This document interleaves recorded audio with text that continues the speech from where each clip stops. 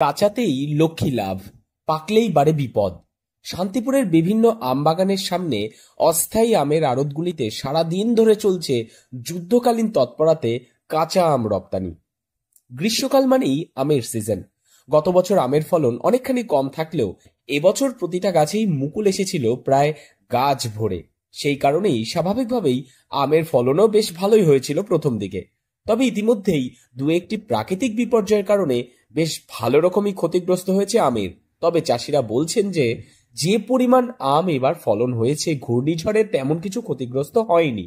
তবে সম্প্রতি আমের হচ্ছে এক বিশেষ ধরনের রোগ, আর সেই কারণেই আগেভাগেই কাঁচা আমের চাহিদা রয়েছে বুঝে কাঁচা আম রপ্তানি করে দিচ্ছেন, এমনটাই জানালেন চাষিরা।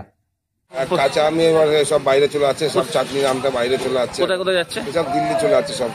আর কোথায় যাবে? দিল্লি থেকে ধরুন আরো অন্য সাইডে সব আচার ফ্যাক্টরিতে চলে যাবে, কোনো জুস কোম্পানিতে চলে যাবে। কত দাম যাচ্ছে এখন? এখন তো দাদা 12 টাকা কেজি যাচ্ছে আম। তাহলে এতে এখন এত কম দাম, তাহলে পাকায় তো আরো বেশি দাম হবে। হ্যাঁ, পাকায় তো দাদা দাম বেশি হবে, কিন্তু আমরা আম ঠেকাতে পারছি না, পোকা খুব রোগ ব্যাধি লেগে যাচ্ছে, ওই জন্য আমরা ঠেকাতে। কাঁচাতেই বিক্রি করে দিচ্ছি? কাঁচাতেই সব। আর এমনি তো জ্যাম জেলি এই আচারের জন্য কি চাহিদা বেশি বাড়ছে? আচারের জন্য তো অবশ্যই এটা চাহিদা বেশি বাড়ে, আর যেটা এটা তো চাটনির আম। সম্প্রতি কাঁচা আমের জ্যাম, জেলি ইত্যাদি বিভিন্ন খাদ্যদ্রব্যের ফ্লেভার ব্যবহার বাড়াতে সেগুলি প্রস্তুত করতে উদ্যোগ নিয়েছে বিভিন্ন সরকারি ও বেসরকারি সংস্থা। আর সেই কারণেই পাকা আমের পাশাপাশি কাঁচা আমেরও ব্যাপকভাবে রপ্তানি বৃদ্ধি পেয়েছে। আর সেই কারণেই কৃষকদেরও নিস্তার পেয়েছেন ওই দুশ্চিন্তার থেকে। তারাও ইতিমধ্যেই বিভিন্ন আড়তে বিক্রি করতে শুরু করেছেন কাঁচা আম। বর্তমানে সব থেকে বেশি ফলন হওয়া বোম্বাই আম। সাধারণত সিজনের প্রথমেই এই আম রপ্তানি শুরু হয়, এরপরে আসবে হিমসাগরের পালা। তাহলে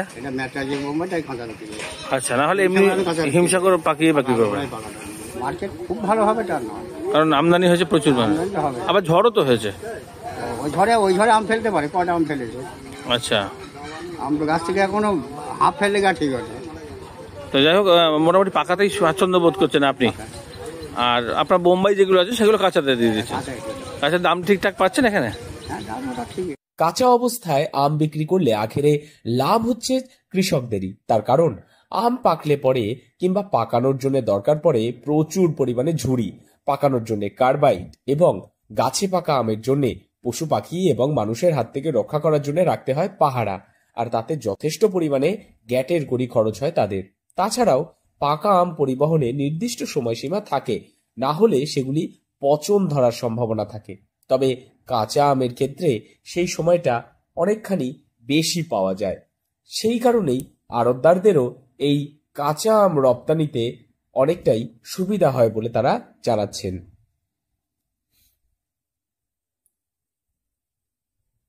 শান্তিপুরে এই আম এখন রপ্তানি হচ্ছে দিল্লির, উড়িষ্যা ও আরো একাধিক রাজ্যে। এমনকি বর্তমানে দেশের বাইরেও উড়ে যাচ্ছে জেলার এই কাঁচা আম। কাঁচা আম নির্দিষ্টভাবে গাড়ির মধ্যেই সেট করে সেখানে অল্প কিছু পরিমাণে কার্বাইড দিয়ে দিলেই গন্তব্যস্থলে পৌঁছানোর পাশাপাশি সেই আম পেকেও যায়, যার ফলে একাধারে দুই দিক থেকেই লাভ হয়। তবে বর্তমানে পাকা আমের থেকে কাঁচা আম বিক্রি করে শান্তি পাচ্ছেন আড়তদার থেকে শুরু করে চাষিরাও, এমনটাই জানালেন তারা। নদিয়া থেকে মৈনাক দেবনাথের রিপোর্ট, লোকাল 18 বাংলা।